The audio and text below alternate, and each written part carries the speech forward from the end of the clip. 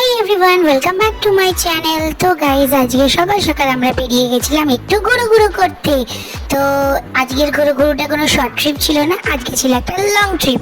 তো আমরা যাচ্ছিলাম কলকাতাতে, নিউ টাউনের কাছে আমরা একটা রুম নিয়েছিলাম। তো ফাইনালি আমরা এখন কলকাতার দিকে যাচ্ছি বাইকে করে। তো এই দেখো, এটা হচ্ছে দমদম এয়ারপোর্ট। তো এয়ারপোর্টে প্লেন দেখতে দেখতে ঘুম ঘুম করতে করতে আমরা চলে যাচ্ছিলাম কলকাতার রাস্তার দিকে। তো এই দেখো, আমরা নিউ টাউনে ফাইনালি ঢুকে গেছি। তো এরপরে আমি রুমে গিয়ে তোমাদের সাথে বাকি ব্লগটা কন্টিনিউ করব। তো দেখতে থাকো আজকের এই মজাদার ব্লগটাকে।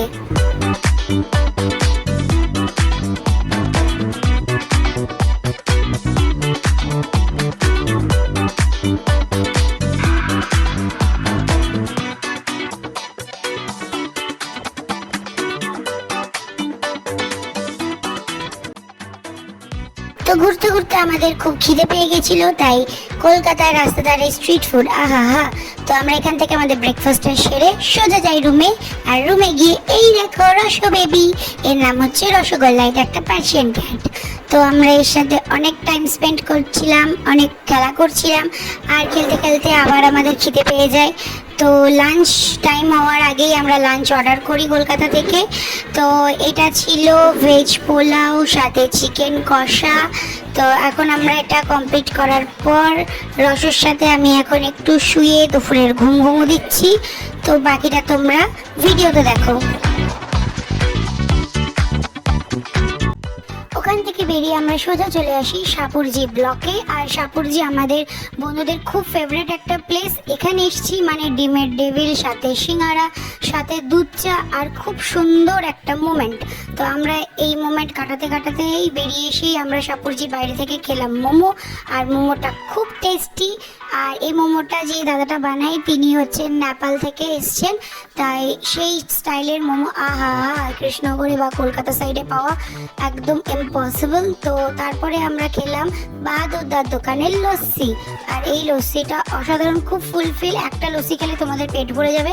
লস্যিটার প্রাইস নেয় 30 টাকা। তো আমি লস্যিটা এনজয় করছিলাম, আমরা সবাই মিলে অনেক গল্প করছিলাম। তো তারপর ফাইনালি আমরা ভাবলাম এখান থেকেও বেরোনো যাক। তো এখানে কিছু সময় কাটানোর পর আমরা আবার বেরিয়ে পড়ি বাইকে করে। আর তারপর আমরা চলে যাই সাবওয়ের নিচে।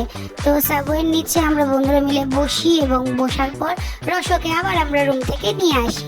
তো এখানে রসকে দেখে অনেকেই আসছিল রসের সাথে মিট করার জন্য। তো সবাই ওকে একটুখানি আদর ফাদর করছিল, ওর সাথে আমরা একটু মজা করতে করতে আমাদের বিকেলটা খুব ভালোভাবে কাটালাম।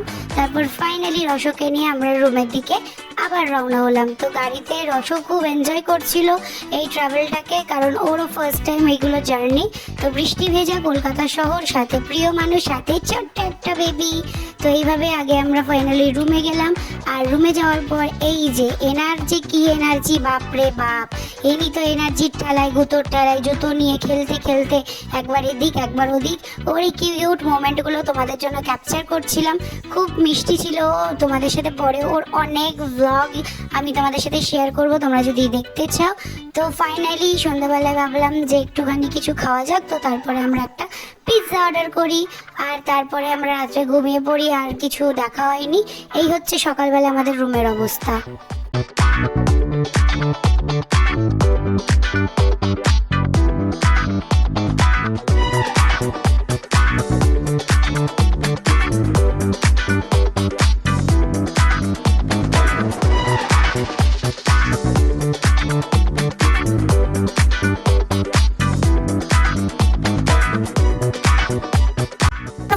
আমরা গোটা একটা দিন কলকাতায় কাটানোর পর আবার বেরিয়ে পড়লাম কৃষ্ণনগরের উদ্দেশ্যে।